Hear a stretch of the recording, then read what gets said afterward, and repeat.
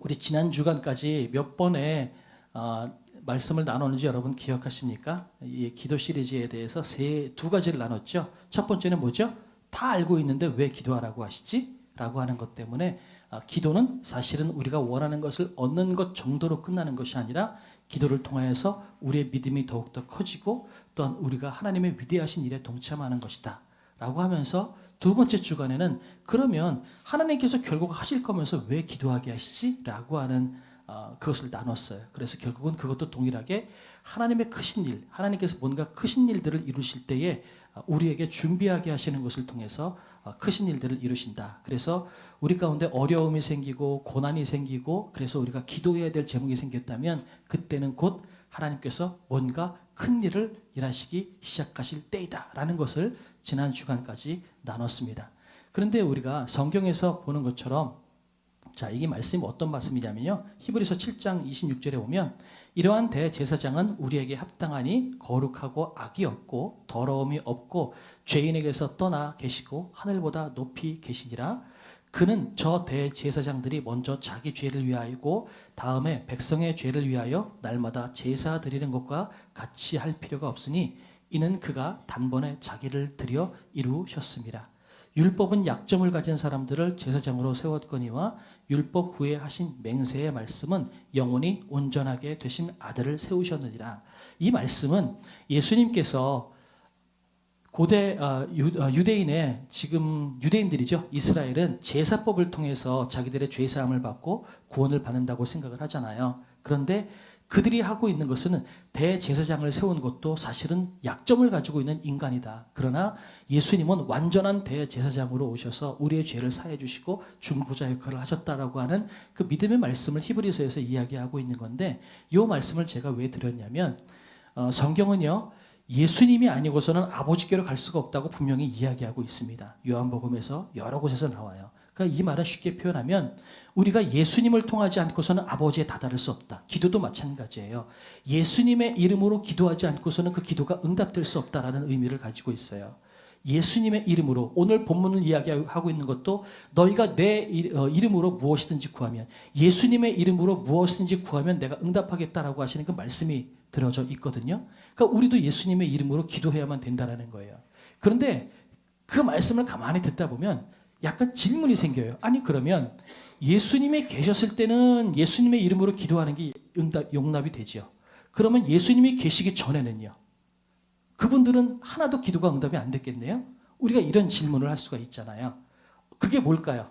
어떻게 우리가 이해할 수 있을까요?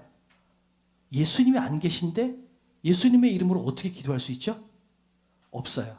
그러나 예수님이 안 계셨을 때는 지금 저 대제사장 약점을 가지고 있는 인간 대제사장이 제사를 드리는 그 모습이 예수 그리스도를 예표하는 것이다 라고 하는 그 예표의 믿음 안에서 하나님께서 저 대제사장이 제사를 드리고 예배를 드리는 것을 하나님께서 받아주셨다라는 것입니다. 이해가 되시죠? 여러 몇 가지 질문에 대해서 좀 답을 좀 먼저 해야 되겠어요. 그 다음에 또 한 가지. 그러면 예수 믿지 않는 사람들의 기도를 하나님께서 들어주실까요? 안 들어주실까요? 여러분 이걸 헷갈리시면 안 돼요. 지금 유대인들이 예수 믿는 사람들일까요? 지금 이스라엘에 있는 사람들이? 우리는 이스라엘 편 들으려고 할 때가 많잖아요. 기독교니까. 근데 여러분 지금 유대인들은요. 예수 믿는 사람들이 아니에요. 그러면 지금 유대인들이 예수 믿지 않는 사람들이라고 하면 지금 이 구약 성경에 있는 많은 사람들도 예수 믿지 않는 유대인들이겠네요? 그렇지 않아요. 구약 성경에 있는 많은 사람들은요. 구약 성경의 삶을 살았지만 예수 그리스도께서 우리를 위하여 속죄하시고 구원하시는 그 예수 그리스도의 사역을 예표하고 있는 그 예표가 이 안에 다 들어가 있는 거예요. 그래서 다윗도 가끔은 자기가 아무 생각 없이 노래했는데 불구하고 다윗의 시편에 보면 예수 그리스도를 증언하는 시편이 있어요. 또 선지자들의 많은 예언 가운데에도 예수 그리스도가 드러날 때가 많은 거죠. 그러니까 여기 있는 많은 구약 성경의 이야기들은 그냥 하나님, 윤리신 하나님을 믿는 것이 아니라 성부, 성자, 성령, 예수 그리스도께서 성자로 우리 가운데 오셔서 우리의 죄를 속죄하시고 구원하신 예수 그리스도의 사역이 이 구약 성경 안에 다 들어가 있는 거예요. 그래서 많은 목사님들이 구약 성경 안에서도 예수 그리스도를 설교하시기도 하거든요. 왜냐하면 구약 성경 안에는 예수 그리스도가 예표가 되어 있기 때문에 그래요. 우리가 예배 때마다 예수님의 이름으로 기도합니다라고 이야기를 해요. 그럼 도대체 이걸 왜 할까요? 마치 뭔가 이렇게 주문의 마지막, 해리포터 같은 데 보면 무슨 주문을 딱 외우면 어떤 일들이 일어나잖아요. 그런 식으로 이게 주문의 문장인데 이 문장을 비로소 뒤에다 붙여야만 하나님께서 일하시고 역사하신다라고 하는 주문의 이름일까? 그럼 우리가 왜 예수님의 이름으로 기도합니다라는 얘기를 할까요? 이런 부분에 대한 대답을 좀 여러분께 해드리려고 합니다. 미국에서는요, 예수님의 이름으로 기도합니다라고 기도하지 않는 교회도 있어요. 건강한 교단이에요. 정말 건강한 교단인데 In Jesus' name we prayed라고 하면 Amen 이렇게 나오는데, 근데 어떤 교회에서는 한참 기도하다가 Everybody say Amen 그리고 끝나요. 그럼 왜 여기서는 예수님의 이름으로 기도합니다를 안 하죠? 그럼 그 교회는 예수님께서 응답 안 하실까요? 하세요. 그럼 도대체 뭐야? 자, 이런 많은 물음표를 가지고 오늘 답을 내려보려고 합니다. 그래 아시면 오늘 지나가면 내가 예수님의 이름으로 기도합니다가 도대체 뭔지 이제부터는 이해하시는 거죠.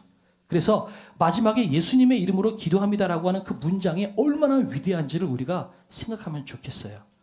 자, 그래서 본론으로 들어가 보도록 하겠습니다. 첫 번째, 왜 우리가 예수님의 이름으로 기도할까요? 이거는 말씀을 드렸고요. 첫 번째, 예수님의 권위를 가지고 나가는 것입니다. 예수님의 권위를 가지고 나가는 거예요. 여러분, 그 보증서 보신 적이 있으세요? 아니면 계약서 같은 데 김유미 성도님은 아주 고개를 절레절레 흔드시네요. 저렇게 적극적으로 반응을 하시니 감사합니다. 보증서면 위험하죠? 보증서 어려움 당하시는 분들이 많아요. 보증 서는 것, 그 다음에 계약서에 사인할 때 자기 이름을 쓰잖아요. 그럴 때 보증을 하는 예를 들어봅시다. 내가 누군가의 보증을 쓴다고 하면서 그 사람의 서류에다가 제 이름을 썼어요. 그러면 제 이름 석자에 무엇이 담겨져 있나요? 어떤 의미가 담겨져 있죠? 그 사람이 잘못되면 내가 책임지고 갚아주리라. 그죠? 그 말은 그 보증서에 사인하는 이름 석자에는요, 내 재산이 들어가 있는 거예요. 이해가 되시죠? 이름 석자가 끝나는 것이 아니라 그 이름 석자 안에는 내 재산이 포함되어 있어요. 이 사람이 돈을 못 갚으면 내 재산으로 이 사람을 갚아주겠다라고 하는 내 재산이 포함되어 있다는 것입니다. 그러니까 우리가 이름을 이야기한다는 것은 단순히 이름 석자가 아니라요, 우리 안에 담긴 신용, 재산, 능력, 권위, 이 많은 것들을 포함하는 것이 이름 석자라는 것을 여러분이 기억하시면 좋겠어요. 자, 오늘 성경을 보면요, 자, 사도행전에 보면 베드로가 이렇게 말씀하십니다. 같이 한번 읽어볼까요? 시작.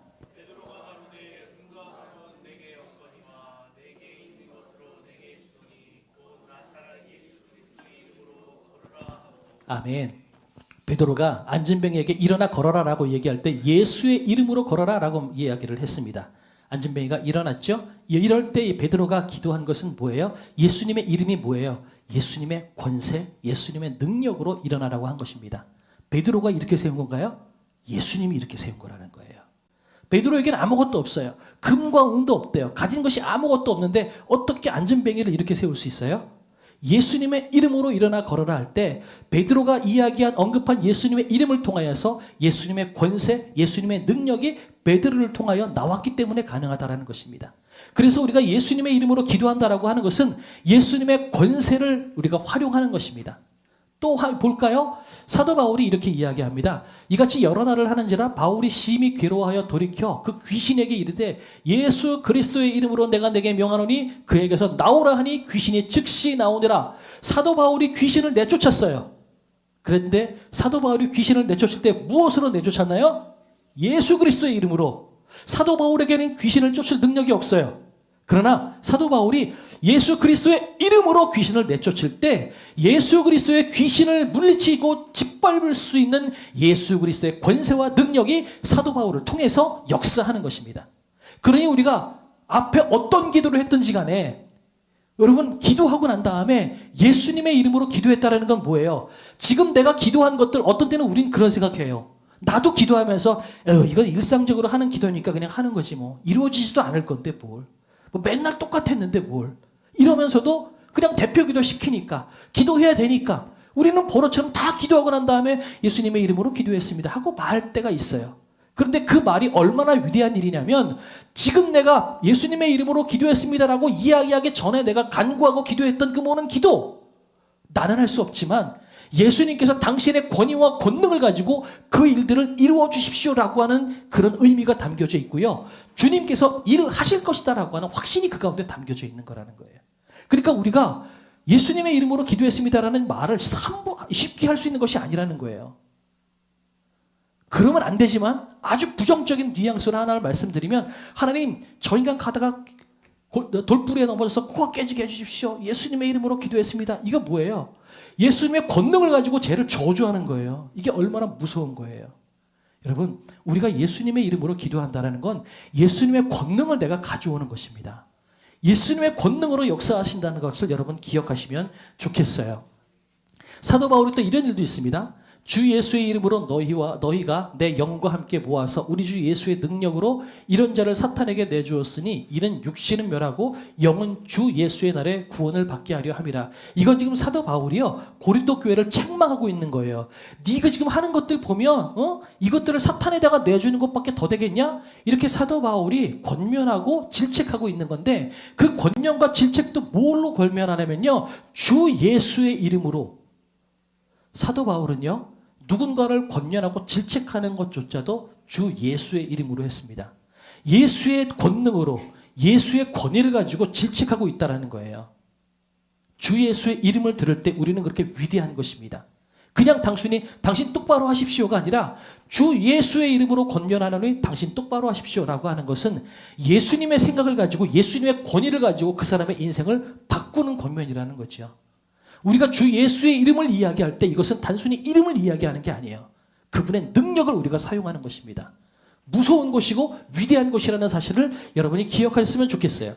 그래서 동일하게 예수님의 능력을 가지고 나아가는 것입니다. 예수님의 능력을 가지고 나아간다는 사실 여러분이 기억하시면 좋겠어요. 자, 이거는 뭐냐면요, 예수님께서 마가복음 6장에 보면요, 12제자를 파송할 때가 있어요. 12제자를 파송하는데 둘씩 짝지어서 보내요. 그러면서 뭐라고 말씀하시냐면, 예수님께서 귀신을 제어하는 권능을 주셨다라고 말씀하십니다. 그러니까 예수님께서 귀신을 제어하는 권능을 제자들에게 주시니까 제자들이 둘씩 파송돼서 나가면서 집집마다 동네마다 돌아다니면서 예수님의 이름으로 귀신을 물리치고 놀라운 역사를 이뤘단 말이죠. 그러니까 이 제자들이 갔다가 돌아오고 난 다음에 무슨 일이 있었냐 그랬더니 제자들이 신나가지고 막 난리가 났어요. 이런 일도 있었고요, 저런 일도 있었고요, 막 난리가 났어요. 얼마나 좋아요. 그런데 그 뒤로 얼마 지나지 않아서 이런 일이 생겨요. 예수님께서 기도하러 가신 사이에 지금 귀신 들린 아이가 지금 들어섰는데, 이 아이들이 이 제자들에게 와가지고 얘 좀 어떻게 좀 기도해서 귀신 좀 내쫓아 주십시오라고 이야기한 거예요. 근데 제자들이 아무리 기도해도 귀신이 안 나가는 거예요. 근데 그 사이에 예수님께서 기도하시다가 내려와서 보니까 지금 난리가 났거든요. 그러니까 예수님께서 귀신아 나가라 라고 이야기한 거예요. 근데 그 예수님께서 나가라라고 한 그 순간에 귀신이 나갔어요. 근데 그 모습을 보고 제자들이 이야기하는 거죠. 아니, 왜 우리가 능력이 없나? 왜 귀신을 우리는 내쫓지 못했지? 즉 이런 질문을 했을 때 예수님께서 대답하신 대답이에요. 집에 들어가심에 제자들이 조용히 묻자오되 얼마나 창피했겠어요. 대놓고도 못 물어봐요. 솔직히 뒤로 가서 귓속말로 예수님 왜 우리 못했죠? 그랬더니 예수님께서 뭐라고 말씀하시냐면, 기도 외에 다른 것으로는 이런 종류가 나갈 수 없느니라, 이렇게 말씀하셔요. 자, 6장에서 제자들은 귀신을 내쫓았어요. 근데 9장에서 제자들은 귀신을 내쫓지 못했어요. 이 왜 그럴까요? 6장에서 귀신을 내쫓은 것은 예수님께서 그들에게 귀신을 내쫓을 수 있는 권세를 주셨기 때문에 가능했다라는 이야기예요. 이해가 되십니까? 그런데 지금 제자들이 이 당시에 기도했던 건 뭐냐면, 우리가 6장에서 이미 귀신들을 다 내쫓아 봤잖아. 그러니까 우리는 귀신을 내쫓을 권세가 있어. 능력이 있어. 그리고선 귀신을 내쫓았는데 못 내쫓은 거예요. 뭐가 필요할까요? 우리는 예수님의 능력, 예수님의 권세를 구하는 기도가 필요하다는 거예요. 우리 가운데 능력이 있어서 귀신을 내쫓은 것이 아니라 예수님께서 우리에게 권세를 주시고 능력을 주셨기 때문에 귀신을 내쫓은 건데, 제자들은 6장에서 귀신을 내쫓았으니까 지금도 내쫓을 수 있을 거라고 생각을 한 거죠. 그리고서 귀신을 내쫓았는데 안 돼요. 그러니까 예수님께서 뭐라고 말씀하세요?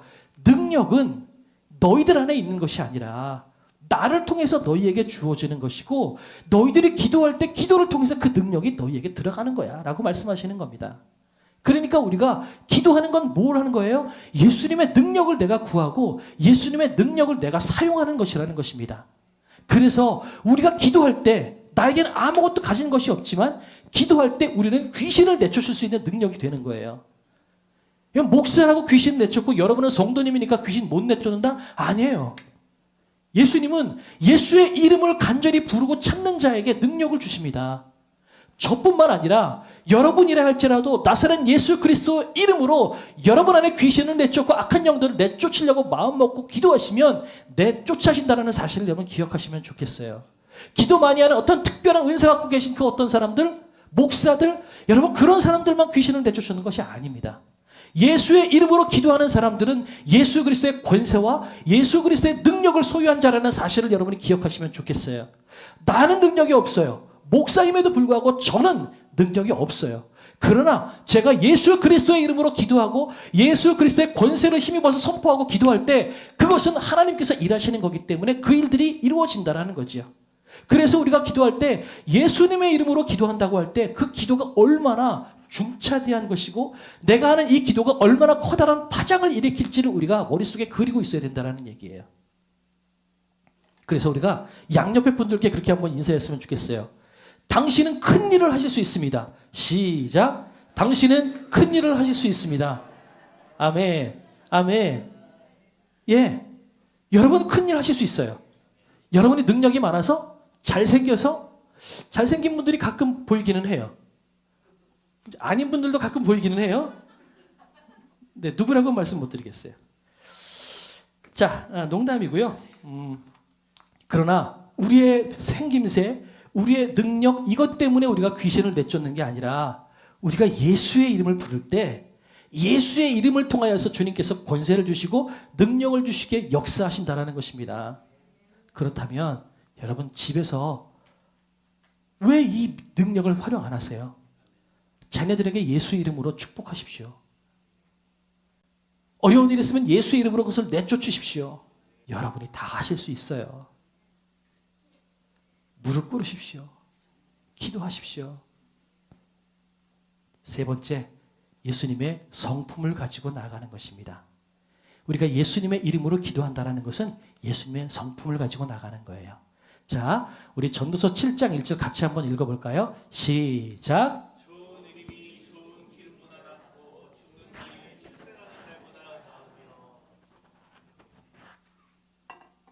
아멘입니다. 여기서 뭐라고 이야기하고 있냐면요. 좋은 이름이 좋은 기름보다 낫대요. 이건 좋은 이름이 그만큼 중요하다는 이야기입니다. 그러니까 우리가 자녀들을 낳으면 어떻게 해요? 하나님, 우리 교회 다니시는 분들은 하나님, 이 아이가 평생 자라면서 이렇게 살았으면 좋겠습니다. 그런 기대와 소망을 가지고 가장 좋은 이름을 여러분 지어주려고 노력하잖아요. 그 왜 그래요? 그 좋은 이름이 그 아이를 대변하기 때문에 그래요. 저는 가운데가 어질인 자가 들어갔다고 언제 말씀드렸잖아요. 그건 어질게 살으라는 얘기예요. 화내지 말고 승질 부리지 말고 평안하게 어질게 잘 화합하며 살아라. 그 말은 한편으로는 제가 태어날 때쯤 성질이 못 됐었나 봐요. 그러니까 아이고 이 녀석 처음엔 이렇게 울고 난리를 피는데 평생 좀 평안하게 어질게 살아라. 그러셨던 것 같아요. 그 이름이 있으니까 그렇게 살려고 노력을 하는 거겠죠. 우리의 이름을 보면 부모님의 기대가 담겨져 있고요. 또 더 나아가서 이 성경 안에 있는 많은 이름들은요. 그 부모님의 기대뿐만 아니라 그 사람의 인생, 하나님께서 그 사람을 통해서 역사하시는 기대, 그 모든 것들이 이름 안에 담겨져 있어요. 그러니까 우리가 이름을 볼 때마다 그 이름을 하나님께서 왜 주셨을까? 그것을 보면 그 하나님께서 역사하시는 것이 무엇인지를 우리가 깨닫게 되는 거죠. 그만큼 이름은요. 그 사람의 성품, 그 사람의 됨됨이, 그 사람의 평판, 그 모든 것들이 담겨져 있어요. 예수의 이름 안에는 예수의 성품, 예수의 됨됨이, 예수의 가진 그 모든 것들이 담겨져 있다는 사실을 여러분이 기억하시면 좋겠어요. 그래서 우리가 나사렛 예수의 이름으로 기도한다고 할 땐 단순히 그분의 능력, 그분의 권세만 가지고 기도하는 것뿐만 아니라 그분의 성품, 그분의 가진 모든 것, 그분의 그분 되심, 그것들을 우리가 동시에 소유하고 있는 것이라는 것입니다. 최근에 장신대 교수였던 한 사람이 어떤 특정 정치인을 향해서 그런 사람은 암살됐으면 좋겠다라고 해가지고 요즘 뉴스에 최근에 나왔죠. 여러분, 그거는 예수 믿는 사람이 하는 기도가 아니에요. 그 반대도 마찬가지예요. 예수의 이름으로는 그럴 수 없어요. 이해가 되십니까? 내 가진 성품과 내 가진 것 가지고는 그렇게 할 수 있을지 모르지만 여러분, 예수 안에서는 우리가 그럴 수 없어요. 원수를 사랑하고 죄를 위해 십자가에서 죽으신 그분의 성품이 뭔데? 죽을 때까지 사랑하는 게 그분의 성품, 그분의 됨됨이 아니겠어요? 우리는 어느 쪽이 옳은지 모르겠어요. 그런데 우리가 어느 쪽이 옳은지는 모르나 한 가지 하지 말아야 될 것이 있어요. 예수의 이름으로 저주하고 예수의 이름으로 암살을 이야기하고 예수의 이름으로 전복을 이야기하고 여러분, 이거는 예수님께서 원하시는 기도의 제목이 아니라는 것입니다. 예수님의 성품이 그 안에 있는데요. 예수님께서 성경 안에서 언뜻 때 화냅니까? 성령을 거스를 때 말고는 예수님이 화내지 않으셨어요.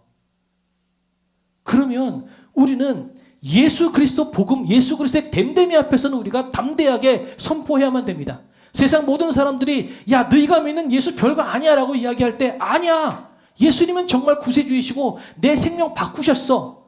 우리는 예수 그리스도의 됨됨이에 대해서 도전하는 것에 대해서는 우리는 발끈할 수 있어야 돼요. 그러나 그것이 아닌다면 우리는 그 어떤 곳에도 우리는 발끈할 수가 없어요. 왜요? 예수님이 그러셨는데요. 나사렛 예수 이름으로 기도한다는 말은 예수님의 성품이 그 안에 담겨져 있는 거예요. 어떻게 나사렛 예수 그리스도의 성품을 가지고 누구를 전복시키고 누구를 죽이라고 이야기하고 어디를 뒤집어 엎으라고 이야기할 수 있습니까? 예수님은 강도를 위해서, 당신 자신을 위해서 손가락질하고 매질하고 배신하는 사람들을 위해서 십자가에서 죽으신 사랑이 있는데 어떻게 그분의 이름을 가지고 누구를 죽이라고 우리가 기도할 수 있어요? 예수님은 끝까지 섬기셨던 분이십니다. 그러면 우리는 아무리 싫다 하지라도요, 그분을 위해서 기도해야 돼요. 하나님, 이 사람 좀 잘 돼서 좀 좋았으면 좋겠습니다. 최근에 여의도순복음교회 목사님, 이영원 목사님께서 그렇게 썼더라고요. 아유, 이 사람 좀 예수 믿고 잘 됐으면 좋겠다고 기도해 줬더니 무속신앙에 빠졌다고 국민일보에 났더라고요. 여러분, 이게 신앙인의 모습인 것 같아요. 옳지 않죠. 답답하죠. 근데 그 사람을 위해서 축복하고 격려하는 게 신앙인의 모습인 것 같아요. 저는 사실은 초반에 그분을 위해서 기도하는 것에 대해서 저는 되게 싫었어요. 대형교회 목사님들, 아니 저거 예수 믿지 않고 뻔히 알면서 왜 저렇게 기도할까. 근데 참 그분들이 저보다 크다라는 생각을 했을 수밖에 없던 게 뭐냐면 거기 있는 사람들도 그분이 진짜 예수 믿는 게 아니라는 걸 알아요. 근데 왜 기도했어요? 얘 좀 예수 믿게 해달라고. 이 사람 예수 믿고 변할 수 있으면 좋겠다고 그분을 위해서 기도한 거라는 거죠. 그거 보면서 그래, 이게 예수님의 마음일 수 있겠다라는 생각이 들어서 제가 아니 저 사람은 어떻게 우리 대형교회 목사님들 왜 저렇게 권세 앞에 굴복하지? 이런 것 때문에 제가 저도 속에서 불끈했는데 생각해 보니까 그게 아닌 것 같아요. 우리하고 정치 노선 다 달라도요. 저하고 여러분이 정치 노선이 다를 수 있어요. 하지만 우리 반대편에 있는 사람들을 위해서 축복하고 격려했으면 좋겠어요. 제가 88학번이거든요. 그러니까 저희 88학번 때 87, 88, 89학번 때 얼마나 많은 사람들이 데모했어요. 지금 그때 나라를 천국으로 만들 것 같은 그런 기대와 소망을 가지고 데모했던 많은 사람들 지금 다 정치인들이고요. 지금 우리가 손가락질하는 다 그 사람들 안에 다 들어가 있는 거예요. 그거 보면 우리는 뭐예요? 사람은 기대할 게 없어요. 사람의 열정과 사람의 힘 가지고 사람의 힘을 모아서 뭔가 권세를 드러내는 것 가지고 세상을 변화시킬 수 없어요. 우리는 예수님의 성품을 가지고 끝까지 우리 자리에서 기도하는 것, 이게 우리가 해야 될 일이 아닐까라는 생각이 들어요. 양쪽 다 축복합시다. 양쪽 다 격려합시다. 양쪽 다 예수의 이름으로 그들이 변하기를 우리가 기도합시다. 자, 이것이 우리가 해야 될 일이라는 생각이 듭니다. 그렇다면요, 오늘 예수님께서 우리에게 예수님의 이름으로 기도합니다라고 할 때 예수님은 우리에게 권세를 주시고 능력을 주시고 당신의 성품을 우리 가운데 주세요. 내가 귀신을 쫓을 능력이 내 안에 있나요? 아니죠. 예수님의 이름으로 기도할 때 예수 그리스도께서 우리 가운데 주신 그 권세가 나를 통하여서 귀신을 내어쫓는 역사로 드러나는다는 것이죠. 우리는 부족합니다. 우리는 연약합니다. 그런데 예수 그리스도께서 예수의 이름으로 기도하는 우리를 통하여서 당신의 능력을 행하시고 당신의 역사를 행하시고 계시다라는 것입니다. 그러니 우리는 결코 작지 않습니다. 기도하는 사람은 작지 않다는 것을 여러분 기억하시면 좋겠어요. 기도하는 사람은 작지 않습니다. 한 가지만 영상을 좀 보여드릴게요. 이거는 뭐냐면 2차 대전 때 독일군에 의해서 많은 유대인들이 학살을 당하고 많은 사람들이 도망쳤죠. 그때 프랑스의 떼제라고 하는 조그만 시골 마을에 한 개신교 사제가 공동체를 만들어서 피난 가는 사람들을 다 모아서 이 사람들을 먹이고 재운 거예요. 근데 2차 대전이 끝났어요. 그러니까 이 사람들이 자유해졌죠. 그런데 그 다음에는 무슨 일이 생겨요? 독일군이 도망다니기 시작하는 거예요. 2차 대전에서 패망했으니까. 그 패망해서 도망다니는 독일군들을 이 떼제 공동체에서 이 로제 신부가 그 사람들을 받아다가 그 사람들을 먹이고 그 사람들을 재운 거예요.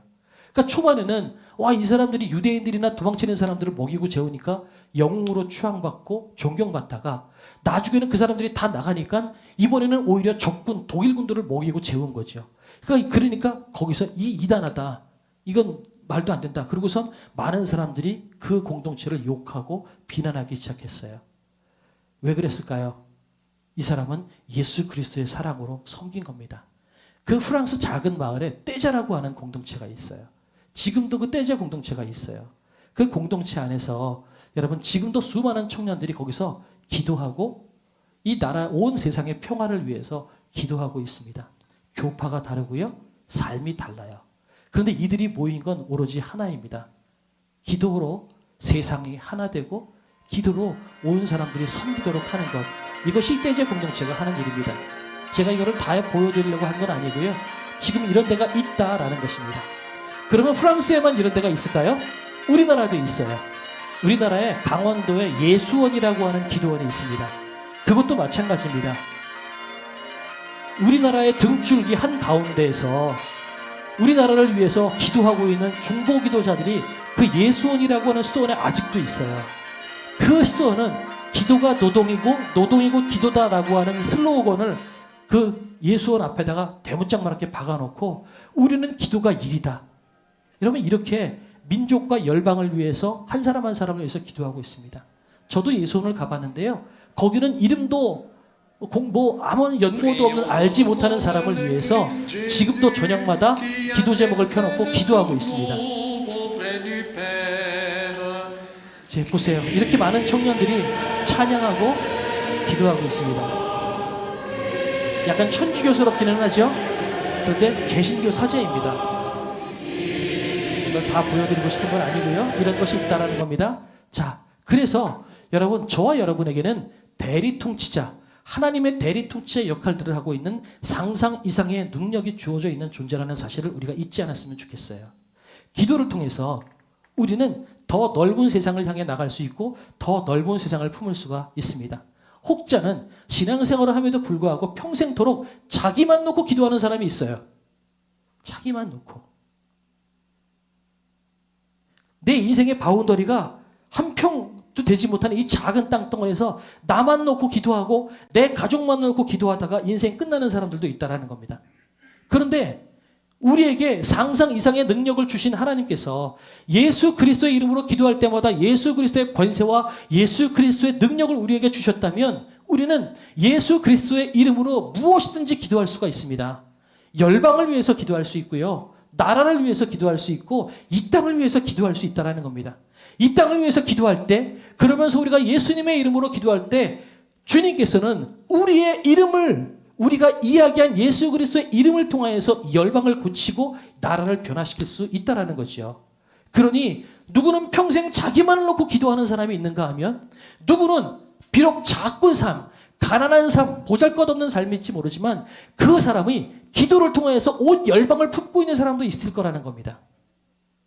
왜 우리가 누구는 작은 가슴을 가지고 자기 인생, 나 먹고 사는 것만 고민하다가 죽는 사람이 있는가 하면 누구는 가난함에도 불구하고 대한민국을 위해서, 저 아프리카를 위해서, 유럽을 위해서, 이 온 열방을 위해서 기도하고 그들을 위해서 눈물을 흘리고 온 세상을 가슴에 품고 살아가는 사람이 있을 수 있을까요? 기도를 통해서 가능하다라는 것입니다. 그래서 여러분께 도전 드리고 싶어요. 그건 뭐냐면 기도하십시오. 여러분 작은 가슴을 갖고 계시지 마셨으면 좋겠어요. 여러분은 위대하십니다. 기도를 주셨어요.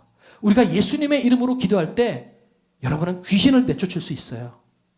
예수 그리스도의 이름으로 기도할 때 여러분 안에 그 모든 어려운 삶을 여러분이 뚫고 나갈 수 있는 힘이 여러분 가운데 있습니다. 여러분이 아니라 여러분이 예수의 이름으로 기도할 때 예수님께서 그 능력을 우리 가운데 주신다는 거죠. 그렇다면 우리가 오늘 이후로 기도하며 예수님의 이름으로 기도했습니다라고 기도할 때는 이것이 예수의 이름으로 이루어질 것이라는 확신을 가지고 나갈 수 있다는 거죠. 왜? 우리가 이 예수님께서 주신 예수의 이름, 이 위대하신 이름을 우리에게 주셨는데 왜 우리는 이걸 가지고 우리가 먹을 쌀만을 가지고 기도하겠습니까? 무궁무진하게 할 수 있는데 무엇이든지 내 이름으로 구하라.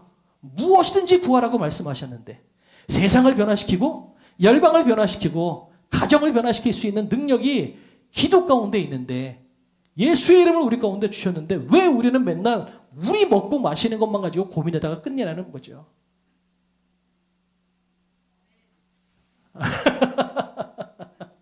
우리가 기도를 가지고 더 큰 가슴을 품고 살았으면 좋겠습니다. 여러분에겐 위대한 무기가 있습니다. 아멘이시죠? 한 가지만 더 예를 들겠습니다. 미국의 전투기 F-21 랩터가 날아다니고 있습니다. 그런데 북한에서 6.25 때 쓰던 수호의 미국이 전투기를 가지고 날랐다고 생각해 보십시오. 그럼 누가 이깁니까? 수치상으로 이야기할 때 미국의 F-22 전투기 한 대는요, 북한의 전투기, 제가 정확하게 기억은 못하겠어요. 적어도 200대 이상의 능력이 있다고 합니다. 그만큼 능력이 있어요. 그런데 우리가 F-22 랩터라는 비행기를 가지고 그 비행기를 띄우지도 않고 땅바닥에 앉아가지고 총만 쏘며 있으면 여러분 그 비행기가 과연 비행기 역할을 하는 겁니까?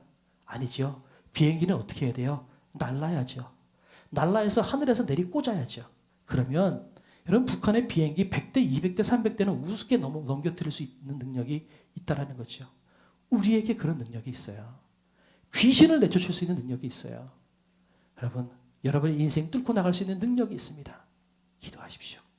또 한 가지 권면드리고 싶은 것은 이겁니다.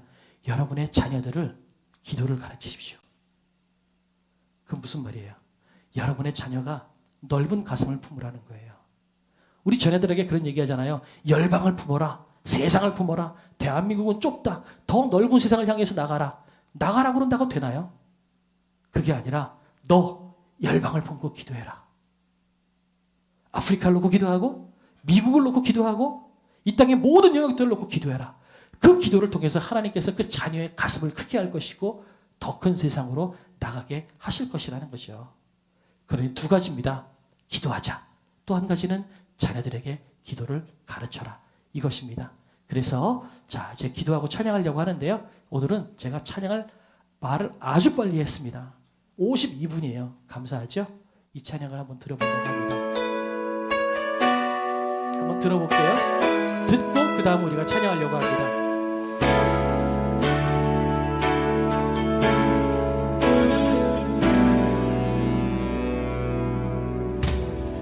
나는 기도를 쉬는 죄를 범치 않으리 이 나라를 사랑하기에 순교자들의 피로 값주고 산 나라 어둠에게 내어주지 않으리. 나의 기도가 이 나라 살릴 수 있다면 나는 결코 이 기도를 쉬는 죄를 범치 않으리. 우리 기도로 이 나라 회복할 수 있다네. 피로 멍든 낙타무 간절한 눈